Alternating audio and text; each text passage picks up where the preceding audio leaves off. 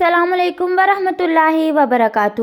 وہ بڑی مشکل میں تھا۔ باپ کو گزرے 3 برس ہی بیتے تھے کہ بوڑھی ماں بھی دار مفارقت دے گئی۔ اب وہ بالکل تنہا ہو چکا تھا، نہ کوئی بہن نہ کوئی بھائی، بس اپنی منزل کا اکیلا ہی راہی تھا۔ اس نے تنہائی سے چھٹکارا پانے کا ارادہ کیا اور اپنے لیے ایک باشعور لڑکی کی تلاش شروع کر دی۔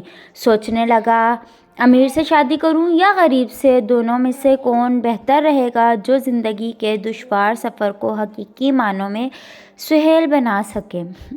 وہ مالی طور پر مضبوط تھا، اسے پیسے کا لالچ تو نہ تھا، ہاں البتہ ایک پڑھی لکھی، سمجھدار، باشعور، سلجھی ہوئی فیملی کی تلاش ضرور تھی۔ اب تلاش جاری ہی تھی کہ اسے زاہدہ خالہ نے سمرا کا رشتہ بتایا، جو ایک انتہائی غریب گھرانے سے تعلق رکھتی تھی۔ زاہدہ خالہ کے پراصرار پر وہ سمرا کو دیکھنے اس کے گھر گیا۔ سمرا اسے اور وہ سمرا کو پسند آ گیا۔ سمرا کے گھر والے غریب طبقے سے تعلق رکھتے تھے۔ باپ روزانہ کی دہاڑی پر کرائے کی سوزوکی چلاتا تھا اور گھر میں کوئی دوسرا کمانے والا نہ تھا، لہٰذا معاشی حالات بھی کچھ اچھے نہ تھے اور گھر میں غربت صاف منہ چڑھا رہی تھی۔ سمرا سے چھوٹی 2 جوان بہنیں تھیں۔ سمرا کے غریب ماں باپ کو سمرا کے ساتھ ساتھ ان کی شادی کی بھی فکر کھائی جا رہی تھی۔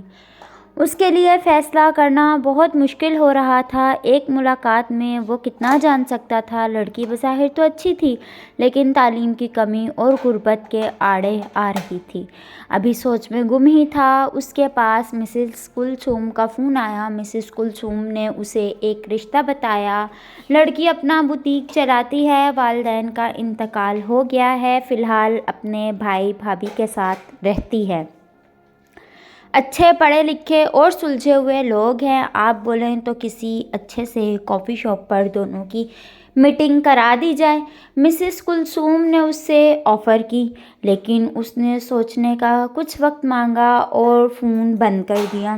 جیسے وہ چاہتا تھا ویسے اسے مل رہا تھا، لیکن جیسے ہی وہ کوئی فیصلہ لینے کی سوچتا، اس کے سامنے سمرا کا معصوم چہرہ اور اس کے مجبور باپ کی فریاد کرتی آنکھیں گھومنے لگتیں۔ اس کے لیے فیصلہ کرنا مشکل سے مشکل تر ہوتا جا رہا تھا۔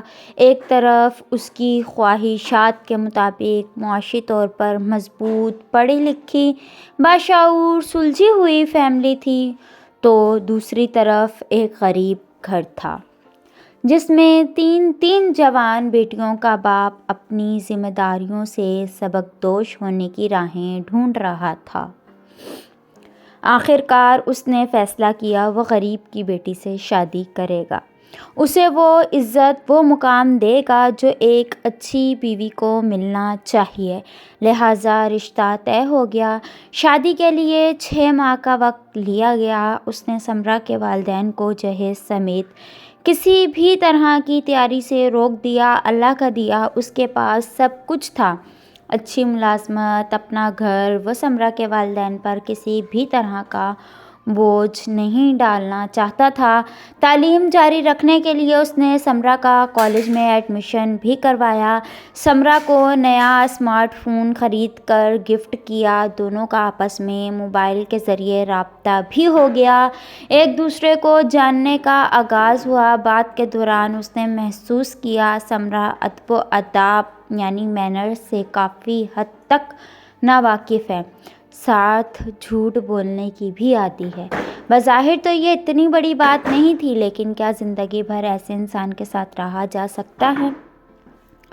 یہ سوال اس کے دماغ کی گھنٹیاں ضرور بجا رہا تھا۔ اسی دوران یہ بھی معلوم ہوا سمرا پڑھنے میں بالکل بھی دلچسپی نہیں رکھتی، وہ کالج سے مسلسل غیر حاضر ہے، مصروفہ دستکاری سے بالکل انجان ہے، جبکہ امور خاندانی میں بھی کوئی خاص مقام نہیں رکھتی۔ مزید یہ کہ جیسے جیسے وقت گزرنے لگا، سمرا کا رویہ اس کے ساتھ رعب دارانہ، حاکمانہ ہونے لگا اور اس کے خیالات سوچ کا مذاق اڑانے لگے۔ جب اسے یقین ہو چلا کہ سمرا مکمل طور پر منفی سوچ کی حامل لڑکی ہے اور ایسے انسان کے ساتھ زندگی گزارنا مشکل ہی نہیں ناممکن ہے، تو اس نے اپنے فیصلے سے رجوع کیا اور رشتہ ختم کر دیا۔ کچھ دن بعد مسز کلثوم سے رابطہ کیا اور ان کے ساتھ کافی شاپ پر ایک میٹنگ رکھی۔ غریب ہونا جرم نہیں ہے اور نہ ہی غربت کے باعث اولاد کا تعلیم کو جاری نہ رکھ پانا جرم ہے، لیکن والدین کی جانب سے اپنی اولاد کے اندر اچھے اخلاق، بہتر تربیت اور مثبت سوچ کو منتقل نہ کرنا کسی جرم سے کم نہیں، کیونکہ منفی سوچ اور برے اخلاق کے باعث ہی معاشرے تباہ ہوا کرتے ہیں جو نسل در نسل پرورش پاتے رہتے ہیں۔ مانا کہ غریب والدین غربت کے باعث اپنی اولاد کو کچھ نہیں دے سکتے، لیکن کم از کم اچھے اخلاق، بہتر تربیت اور مثبت سوچ تو اپنی اولاد میں منتقل کر ہی سکتے ہیں۔ خدا را اپنی بیٹیوں کی اچھی اخلاق اور مثبت سوچ کے ساتھ تربیت کیجیے تاکہ کوئی مثبت رشتہ آ جائے تو یہ کہہ کر واپس نہ لوٹ جائے میں غریب کی بیٹی سے شادی نہیں کروں گا۔ فرینڈز، ویڈیو اچھی لگے تو چینل کو سبسکرائب کریں۔ ملتے ہیں نئی ویڈیو میں۔